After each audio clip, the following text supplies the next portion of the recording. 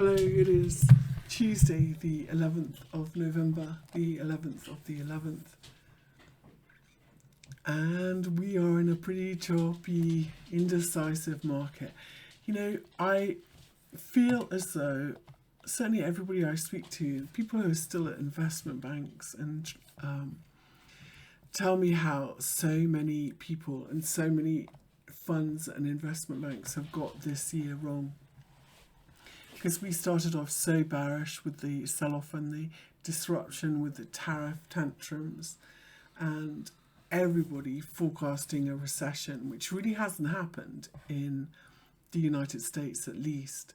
And a lot of funds and a lot of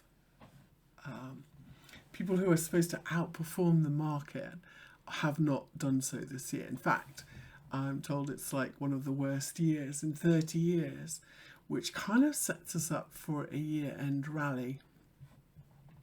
Because if you're supposed to outperform the S&P and you're only up 6% and the S&P is up ridiculous money, then you're not going to do very well next year unless you turn it around.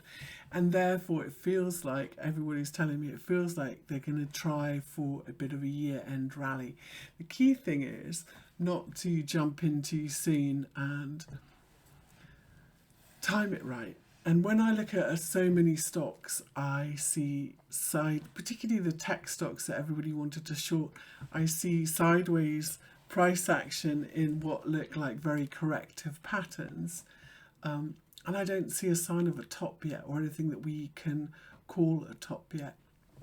Now, the US government shutdown is over. That will help. That will put some liquidity back into the system, I hope. But there are a couple of things I think that they are going to be more important for a year-end rally. Certainly I was expecting a bounce when the shutdown ended and we've had it, but I have to say it's been pretty disappointing.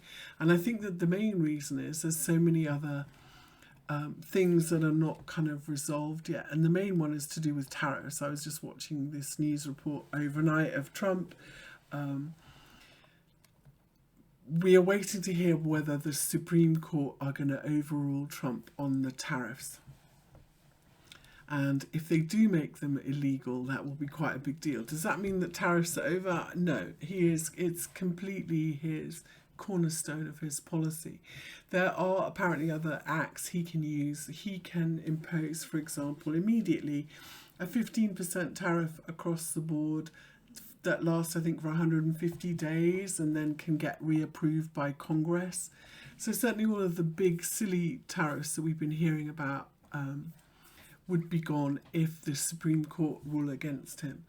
Now, Trump has been talking about, because the tariffs that they have done so far, he's talked about it bringing in 200 billion and today, like in this interview I just watched, said in fact it was much higher than that, and they brought all these investments in, and we keep hearing from them that the stock market is going to crash if the Supreme Court overrule them on the tariffs. I actually think the opposite is true. If the Supreme Court ruled that the tariffs were illegal, now Trump is saying, it's kind of like a little bit of a teaser. He's saying that the tariffs have cost American people a lot of money, and it's taken a lot of liquidity out of the system. Certainly there's no new people rushing into crypto. Stocks are outperforming. Trump has offered a kind of $2,000 per person rebate check for middle and low income earners. As a bit of, I'm not sure how he's going to do that. Certainly if he sent out a check as they did in COVID, that would be very bullish. It would be very bullish for crypto. But and he's suggesting that if the tariffs get overruled and thrown out, that the stock market will crash. I actually feel like the opposite will happen.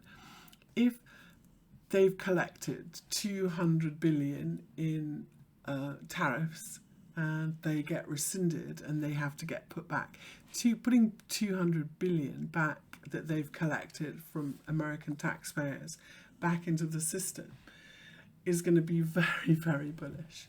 The other thing we've got coming up in December is the Fed again. Now, a lot of people say, well, the Fed doesn't matter. At the moment, the Fed has done this one rate cut.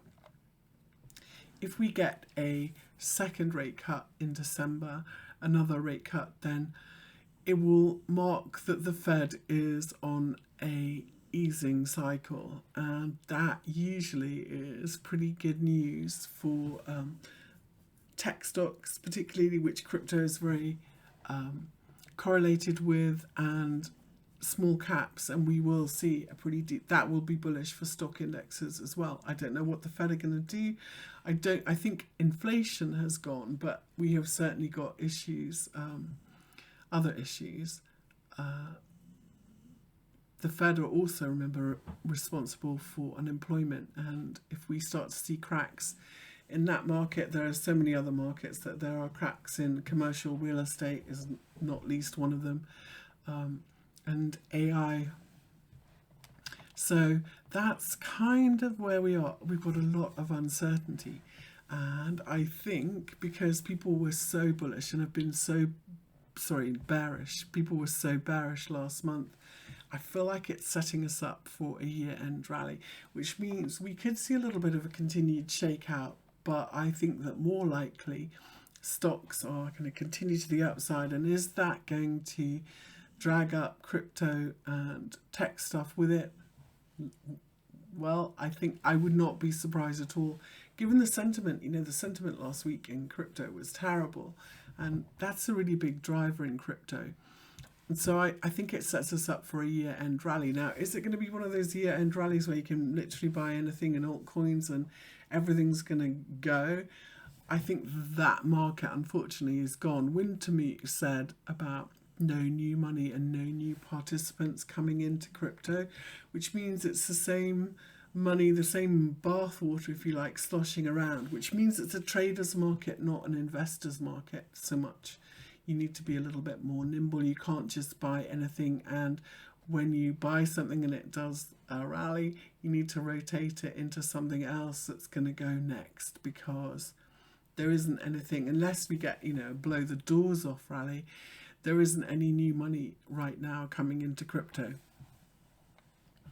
So that's where we are. I thought we would take a look at the start then. Let's take a look at some of these indexes are so bullish.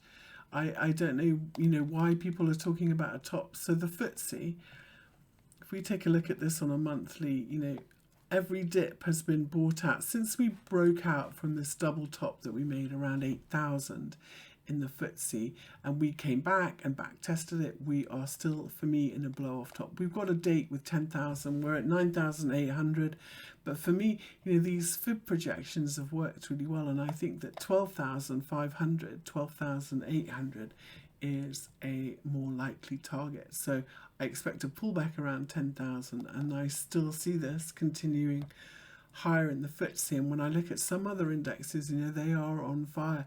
People are still buying. If we take a look at the Toronto Stock Exchange, or let's tidy this up. Sorry, this is the US 500. Here we go. This is the Toronto Stock Exchange. If we take a look at this on a monthly, it's very hard to argue about this being a top, which is what everybody is talking about.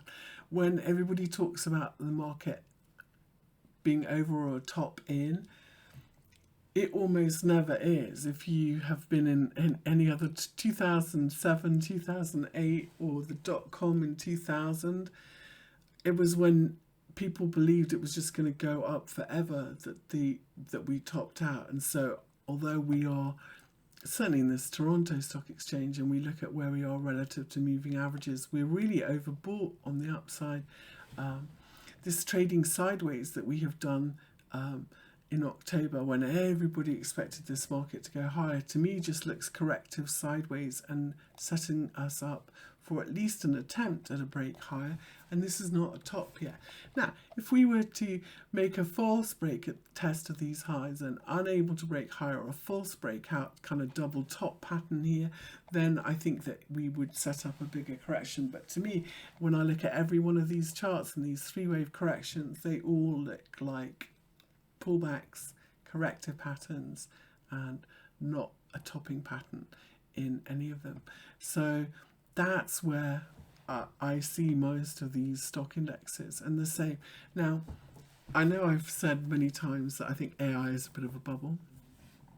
Mainly that's because I think AI, the chat stuff, is just garbage in, garbage out. Now, is it going to change everything? Yeah, I think it will eventually.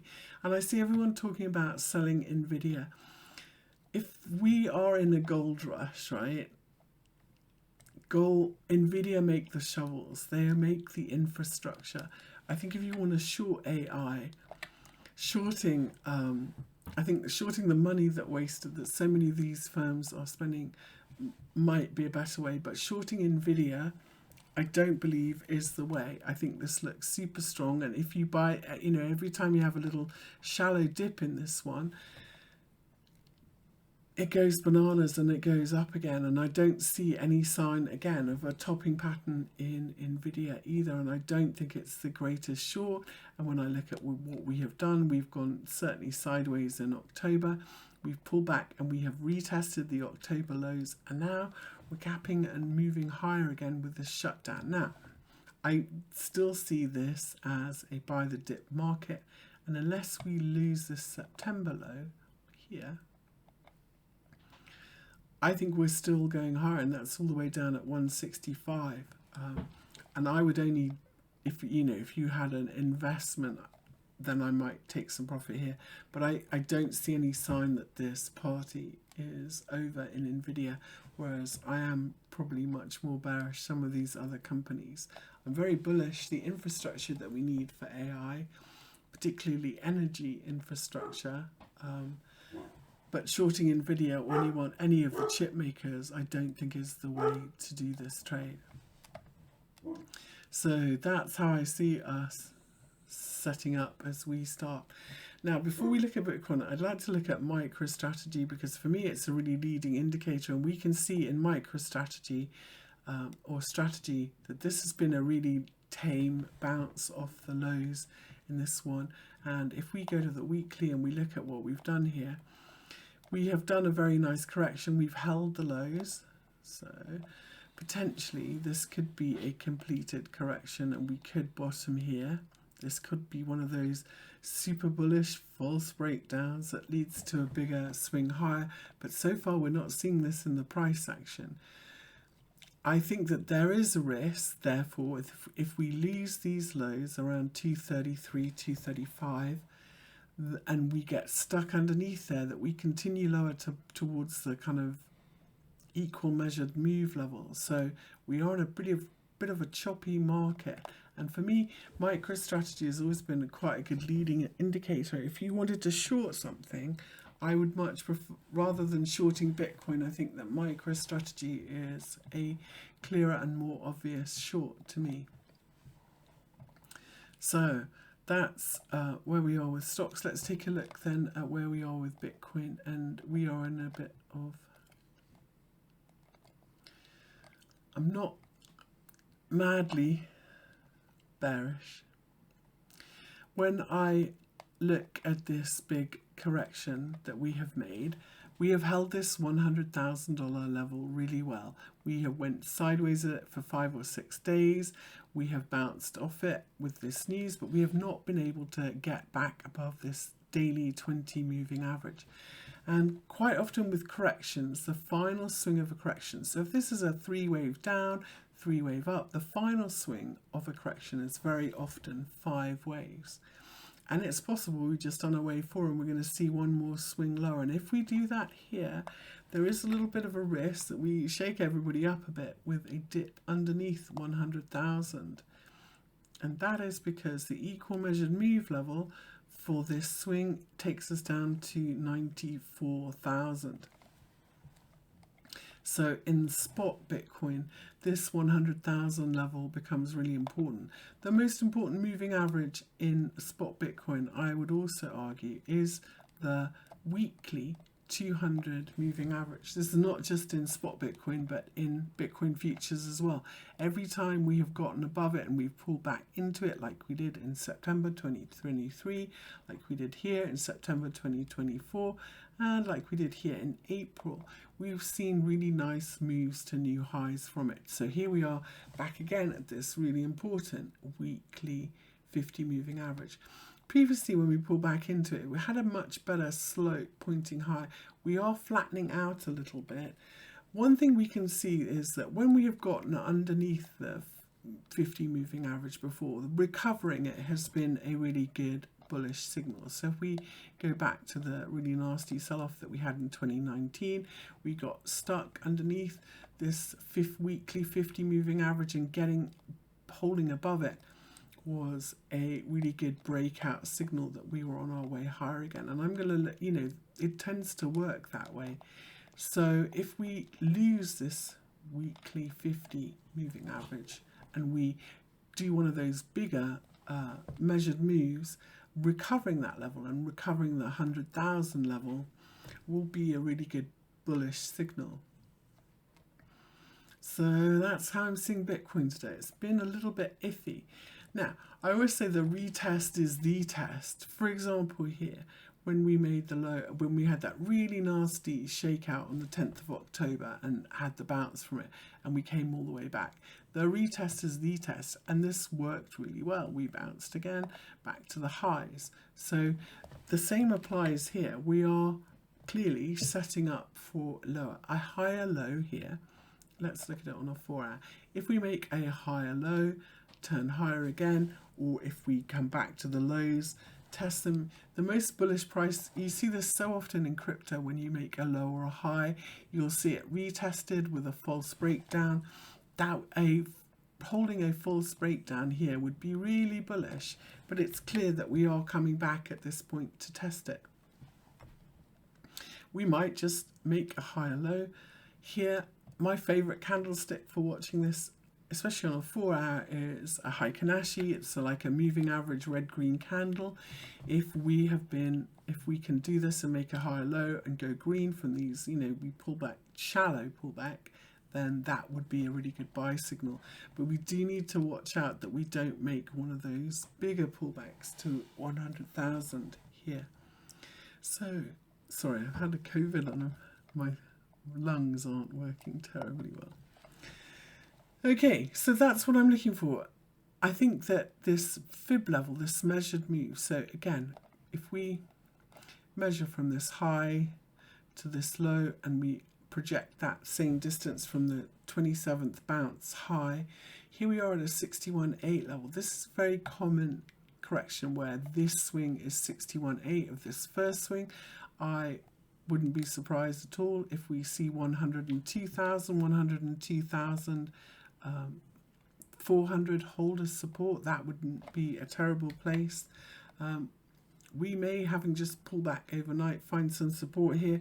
If the bill passes, I wouldn't be surprised at all to see another attempt at a swing higher here in Bitcoin. And then we can start, once we start turning these moving averages the other way around and we start looking more bullish or getting above, particularly this daily 20 moving average, I think, and this low here, then we can start talking about the bottom in. People have said to me, if we get a year-end rally in tech stocks, what will happen in Bitcoin? I think, honestly, I've thought for some time 145,000 is a really good target for year-end. And 190 if we break these highs and keep going.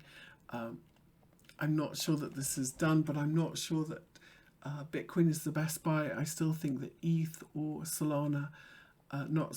ETH or Ripple are better buys. And the main reason is ETH is so much infrastructure and so important in the stablecoin market. So that's how I'm seeing this today. I wouldn't be surprised to see a little bit of a bigger pullback here. There's a lot of uncertainty around. be very careful. The retest is the test. I'd really like to see a higher low here, and then we turn up higher again. I'm just waiting for it to set up today, maybe a little bit of a pullback day.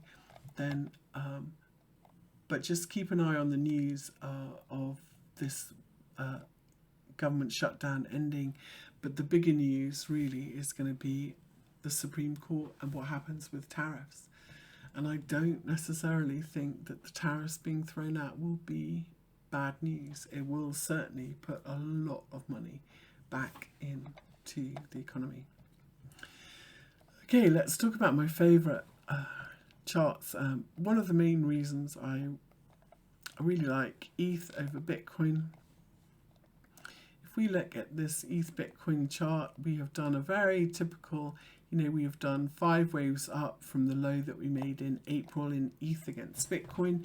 When you do this and you make 5 waves, the bottom of wave 4 is often a very common retrace level. And if we measure from this low to high, we've done a very nice 50% pullback. So a 50% pullback to exactly the weekly 50 moving average in ETH against Bitcoin is, and this previous swing low, everything is lining up here. When you do that, your first target, when you bounce from a 50% retrace level, your first target is 50% of the retrace the other way. So if we measure that here, that would be 0.0367, and then above that we kind of breaking out the pattern. But quite often when you do this 50% thing, you'll do 50% this way, 50% back, and then you're waiting to see which way we break. Are we going to break it this way, or are we going to go halfway back and come back and retest the lows? And so good evidence of it trying to bottom here, but that's what I'm looking for. And this is why I really like ETH against Bitcoin, for a lot of technical reasons. Also, we got this lovely 5 waves up, flipping the weekly moving averages. It's as good as it gets, I think, ETH against Bitcoin. So when I look at ETH against dollar, let's go back to the weekly here. We can see we've done very nice similar patterns. If we go all the way back to the low that we made in April to this high, we bounced from a 50% pullback in ETH against dollar. We bounced from the weekly 50 moving average. That's kind of everything you need to know. Why I really like it. A 3-wave pullback to a 50% retrace for me is one of my favorite reversal setups, and bouncing from this 50 weekly moving average is just icing on the cake really for ETH against dollar. And if we go down to the daily chart, we can see this is also the daily 200 moving average. So anywhere you cut it, that's normal. Actually, the daily 200 is normally around that weekly 50. So this is a really nice setup. So again, here we are. We've bounced from a really good level then at 3,180, but the retest is the retest, is the test. It will tell us, are we really going to make a bottom or a bottoming pattern here? So a higher low would be back to this daily 200 moving average here in the middle at around 3,430. If we can turn up from that, that would be amazing. But quite often in crypto, we scare everybody with a double bottom, and that I'm not going to rule that out here. We might even make one of those false break lower double bottom patterns in ETH. So it looks like we're struggling a little bit, but I'm still in a buy dip market. If I go down another time frame to the 4-hour, a 3-wave correction. So 1, 2, 3 here, or a zigzag that then turned higher. Flip your Heikin-Ashi on if you like, whatever you use to look for reversals. That's my favorite. That's what I'm going to be looking for back into these 4-hour moving averages and a turn high. If you want confirmation, you're kind of looking for it to break out from these highs. That's your next swing higher. And if we can do that in ETH US dollar, whereas our target is always, okay, remember, we're doing 50% thing. So we're going to go from the high here, the big swing high, say, because we've done this big 50% bounce. So if we break out from this consolidation, our target is going to be the 50% going the other way from the highs, and that's 4,000, that lovely big round number. And if we go up to the daily, Oh look, our daily 50 moving average is up there at 4,000. So that's where, if we can break out from this consolidation, our first target should be from ETH. And if we can break out above 4,000, it says that this whole correction is over and we are on our next bigger swing higher. Now, because this was a little bit of a double top, doesn't mean we're not going to break out eventually. That's what I'd be looking for. But then this swing new highs is, I think, kind of nailed on. But for me, the target is going to be measured moves. So if this was our wave one from the low in 2022, this double top high that we made, and we're looking for measured move targets. The first target would be 5,700, 6,700, and then 8,300 for ETH. Oh, hold on, let's get this right. 5,500, 6,500, and 7,800. And then into next year, you know, 10,000 is very doable in this market. Just this 50% pullback. If this was wave one, this is a big wave two, and all we have done here is wave one of three. This next swing should be one of the strongest ones. So I am not bearish. I think all of these people who say that the top is in, I'm just not seeing it yet, I have to say. You know, just a Mark 1 eyeball. If you look at this ETH chart here, the daily, from the low that we made in April, this is a trending market. A trending market, you know, when you have pullbacks, they don't pull back into the previous swing. So this pullback here doesn't come into this swing. This pullback here doesn't come anywhere near this swing. This was a trending market. But this correction that we've been doing since August has been choppy and overlapping and corrective. So if the high is in, we will try a breakout from this corrective pattern and it will fail. We'll either, you know, go all the way up to the highs and fail, something like that, or we'll make a bigger lower high and we'll do another leg lower. That would be a topping pattern. You know, we could argue that this is what happened here, but whenever it's like three wave moves, it's just what we've seen, I really don't count this as a high. So I'm not saying we can't move lower. We could, but I still see this as corrective and the most likely path higher from here. And one of the main reasons is the sentiment, you know, has been so, whenever we have had sentiment into the extreme fear or the fear for any period of time in crypto, we have always seen a really decent rally, you know, 2 to 4 weeks after it. This is what happened here in April, and we dipped into extreme fear this week and here we are trying to bounce out of it. Now, we can see we do get retests.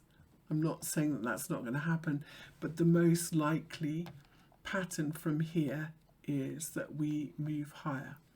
So that's where we are in Bitcoin and ETH. My favorite one and one of the bigger outperformers has been Ripple. If we take a look at where we are in Ripple, you know, after the really nasty 10th of October dump, we have been, you know, no retest of the lows here like we saw in Bitcoin. We've seen really nice bounces. Now, big picture, we're doing that 50%, 50%, 50% pattern in Ripple. That means from these lows to this high, this was a 50% pullback. This bounce was exactly 50% going the other way. So if we measure from this high to low, this was 50%. So when you do that, you expect a 50% going the other way.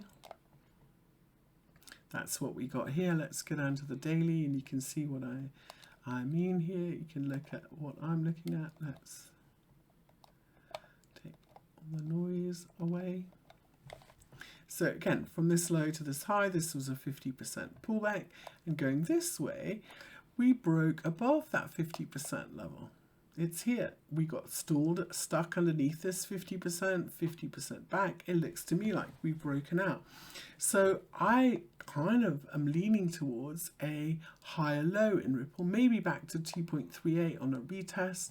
Sometimes we go a little bit underneath it and spook everybody. So if we put our other fibs in, I think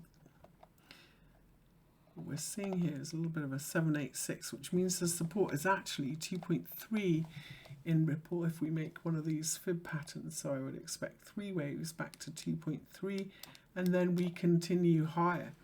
So Ripple is certainly a lot of these coins that have ETFs or have other uses, certainly Ripple is a payment system, they are all setting up pretty nicely. So ETH really bullish, Ripple really bullish. Solana, unfortunately, when I measure the patterns here, I still see Solana as not quite at a pullback level you can buy against. Not saying we're not going to have a year-end rally in Ripple, but trending markets tend to stay within channels, and we have fallen out of the channel that we made from the April low. So unlike Bitcoin or ETH, where we've seen a really nice rally from April and then we've gone sideways, this has been a much bigger pullback. And the fib pattern, for me, let's take all of this away. And we'll draw on what we're looking at here. So if we go from the big high in this first drop we made, this was a 786 fib. Normally I would expect a bounce from a 38.2 back to the middle, and that's what we did. We did 3 waves and a bounce back to the middle. So these fibs clearly are still in play, which means our next support is the 236 fib, and we didn't tag it. It's down here at 142. So for that reason, 142. But what if we play fib retraces going the other way? So if we go from this low to this high, because this looks like a big 3-wave move, I think, I wouldn't be surprised if we continued to that 786, even lower. Now, the other deciding factor for me is if we're looking at a big 3-wave correction here in Ripple. So we've got 5 waves up from the low in 2022, the kind of Terra Luna FTX thing. We've got 5 waves up. We would normally, the normal pattern would be 3 waves back and then we resume. So for Solana, if we do that and we go from this big low to high, here was our first swing to a 61.8. Now, the most bullish pattern here, if your first swing is to a 61.8 and you do a big bounce like this, the most bullish pattern would be what's called a bullish Gartley pattern, which has been around since 1922. And this is significant. If your first swing is to a 61.8 and your second swing is to a 786, and these, especially if these two are equal, which if we measure it, they kind of would be. This gives us a buy zone down here.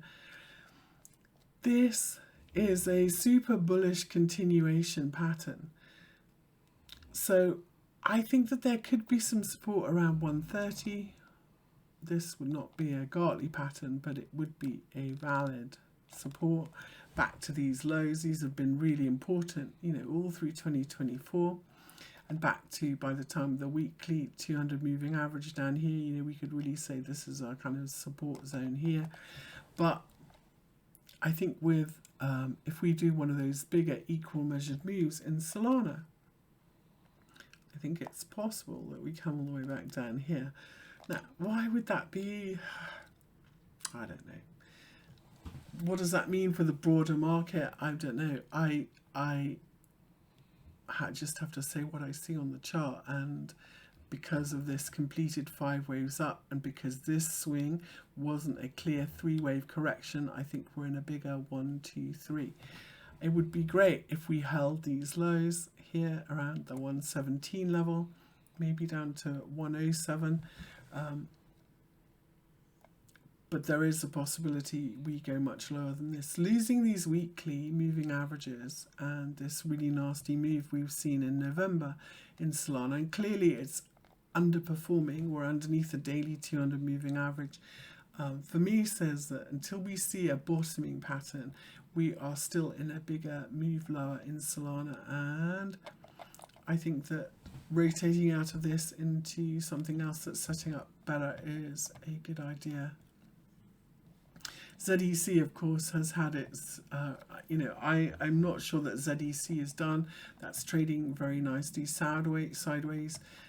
Tau, Bitensor, which I thought was potentially breaking out here. Unfortunately, a little bit of a false breakout has pulled all the way back. If we look at Bitensor, I really like this one because, again, 5 waves up, big 3-wave correction, and so I'm counting this as a big completed correction, and what we are seeing here is the start of the new swing higher. So here's our first swing, 3-wave correction, next swing higher. We can measure that big picture. I like these altcoins with real world use, and Tau is certainly one of them. So we have pulled back. It looked to me like we had broken out above these weekly moving averages, and here we have pulled back into them. Now, it's a little bit messy here, and we could say we've lost them, but we haven't actually lost the moving averages. When you think you've got potentially a 3-wave move like this, you put your fibs on both swings. I have to say that if we do this, so we do both swings here, we have bounced from 50% of this whole rally. Even if we do it on this smaller swing, we can say this 61.8. Here we are. If you bounce, or you try to bounce from a 61.8 fib retrace, so we're measuring from this low to this high, the confirmation that you're going up again is closing above this 50% level. The next target is the 38.2, which would be here at 426. So Bitensor, a daily weekly close above above 392 gives us a 426 next target, and above 426 you would normally see a bit of a pullback there, so you'd see something like this and then a bit of a move. That suggests we bottom, but this price action, the weekly candlesticks, I'm afraid, yeah, they make me a little bit nervous that perhaps we're not quite done with this one, which is unfortunate.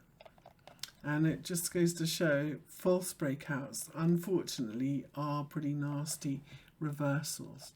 So if this is, unfortunately, just a big 3-wave corrective move, if we stay underneath, particularly these weekly moving averages, then we may see more losses in this one, which is unfortunate. I'm a big fan of this one. I'm still really bullish privacy coins. I still think that on my watch list for bottoms are Monero, Dash, all of those. But really key over the next few weeks is going to be a bottom in Bitcoin and ETH, because then everything else will follow from there. Let me know if there's anything you'd like me to look at. I will do